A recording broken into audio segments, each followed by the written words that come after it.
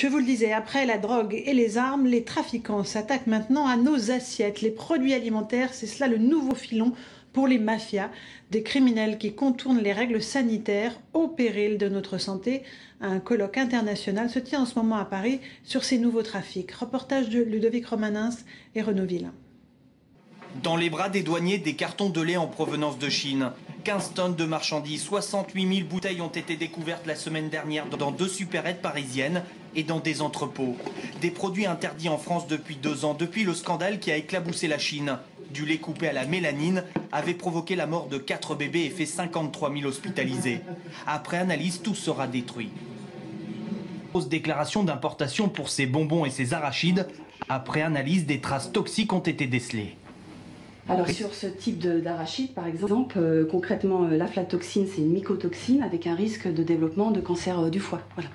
Donc c'est ce qu'on trouve sur le marché, ce qu'on peut trouver. On peut trouver ce type de marchandises, oui, à la consommation librement sur le marché actuellement. Donc un risque réel de santé publique. Enfin, la marchandise est rentrée par un autre État membre de l'Union européenne et elle a été faussement déclarée en tant qu'autre préparation alimentaire. C'est un peu pour noyer le poisson. C'est une nomenclature un peu fourre-tout.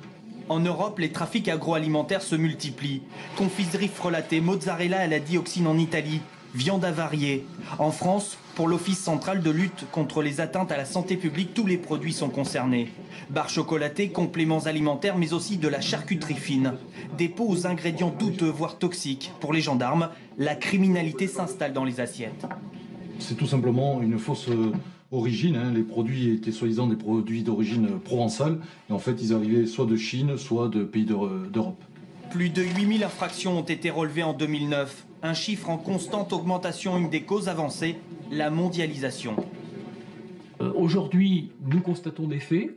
Nous ne mesurons pas entièrement la profondeur de ces faits, mais j'ai envie de vous dire, raison de plus justement pour s'intéresser à la problématique, pour justement être aux avant-postes et éviter que ça ne dégénère et avoir ensuite des répercussions beaucoup plus graves au niveau de notre population.